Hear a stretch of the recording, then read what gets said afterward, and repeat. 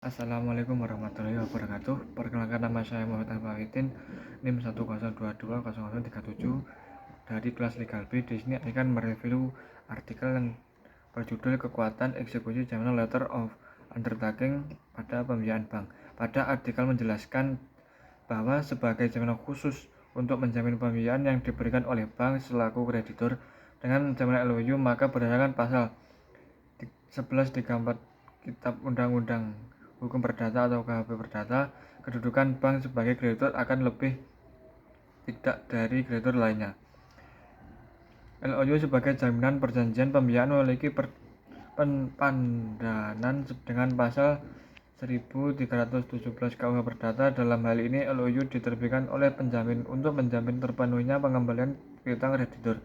Namun persoalannya, jika tujuan LOU adalah menjamin pengembalian, maka seharusnya dalam LOU disebutkan jumlah komitmen secara pasti. Namun sebaliknya, dalam LOU hanya disebutkan bentuk upaya terbaik. Akibatnya kekuatan hukum LOU menjadi multitafsir dan tidak memberikan kepastian hukum bagi bank sebagai kreditur. Secara faktual, dalam kurun 5 waktu terakhir 2015 sampai 2019, tidak satupun dari bank himbara atau himbauan bank pemerintah atau bank BUMN yang berhasil melakukan eksekusi untuk pemenuhan kewajiban debitur melalui LOU. Menyoroti artikel ini bermaksud mendiskusi isu hukum tentang kekuatan eksekusi jaminan LOU pada pembiayaan perbankan. LOU hanya dipandang janji dari penerbit LOU sebagai penjamin, namun janji tersebut bersifat abstrak karena tidak disertai dengan nilai pertanggungjawaban absolut dari penjamin. Yang kedua, relevansi kekuatan eksekusi jaminan letter of undertaking atau LOU pada pembiayaan perbankan. LOU pada prinsipnya merupakan penjamin yang dikenal dalam pasal 1820 dan pasal 1821 KUH Perdata, yakni suatu perikatan yang dibuat oleh pihak ketiga. Sesuai dengan surat Mahkamah Agung nomor 427/MA/OJK/07/4/2016 yang menyatakan bahwa eksekusi jaminan LOU harus dilaksanakan melalui gugatan ke pengadilan karena nilai dan bentuk pertanggungjawaban yang belum jelas dari pemberi penjamin. Sesuai dengan pasal 8 ayat 1 Undang-Undang nomor 10 tahun 1998 tentang perubahan atas Undang-Undang nomor 7 tahun 1992 tentang perbankan mengatur bahwa dalam memberikan kredit, bank wajib mempunyai keyakinan berdasarkan analisis yang mendalam atas itikat dan kemampuan serta kesanggupan nasabah debitur untuk melunasi utangnya sesuai dengan yang diperjanjikan.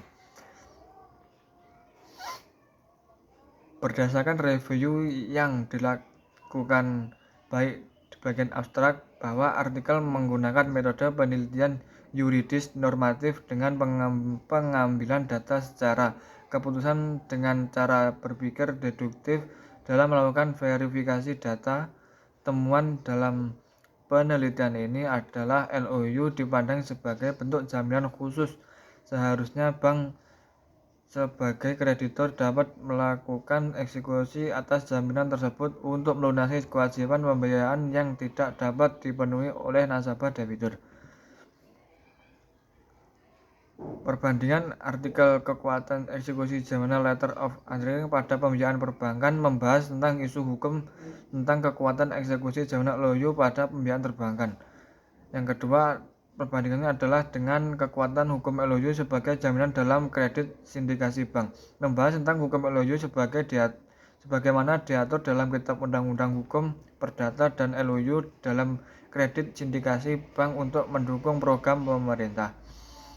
Evaluasi kesimpulan rekomendasi yang diberikan dalam artikel dibandingkan dengan temuan lain dalam bidang jaminan berdasarkan perjanjian penanggungan telah memenuhi beberapa unsur bagaimana diatur dalam pasal 1820 sebagaimana pasal 1850 Kitab Undang-Undang KUH Perdata, yaitu pihak ketiga selaku penjamin merupakan perjanjian tambahan aksesorir berupa pernyataan atau kesepakatan dan bentuk perjanjian bahwa tangan, sedangkan unsur LOU terpenuhi sesuai pasal 1316 dan pasal 1317 KUH Perdata adalah unsur subjek hukum, namun demikian LOU belum diatur secara tegas dalam tata hukum Indonesia sebagaimana gadai, fidusia, dan garansi. Tidak dapat dilakukan eksekusi pada jaminan LOU disebabkan karena tidak ada nilai absolut yang dijamin pada jaminan LOU, sehingga dalam hal ini batasan tanggung jawab dari penerbit LOU tidak dapat ditentukan secara serta-merta. Oleh sebab itu pengadilan tidak dapat mengeksekusi jaminan LOU. Tidak dapat dieksekusi jaminan LOU secara langsung oleh bank sebagai kreditur dalam hal nasabah, debitur, cedera janji, dan tidak dapat memenuhi kewajiban dalam perjanjian pembiayaan. Tentu sangat merugikan bank sebagai kreditur. Kelebihan pada artikel ini menggunakan referensi banyak sehingga banyak sekali penjelasan yang sangat rinci. Yang kedua, kekurangannya adalah pada artikel ini menggunakan bahasa yang kompleks sehingga mungkin sulit untuk dipahami oleh pembaca.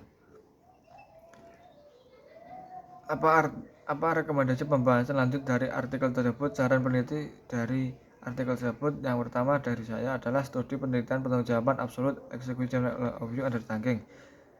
Yang kedua, penelitian kendala bank sebagai kreditur terhadap jaminan letter of undertaking tidak dapat dieksekusi. Yang terakhir, studi pertanggungjawaban terbit letter of undertaking sebagai penjamin. Demikian penjelasan dari saya. Apabila kurang lebihnya saya mohon maaf. Assalamualaikum warahmatullahi wabarakatuh.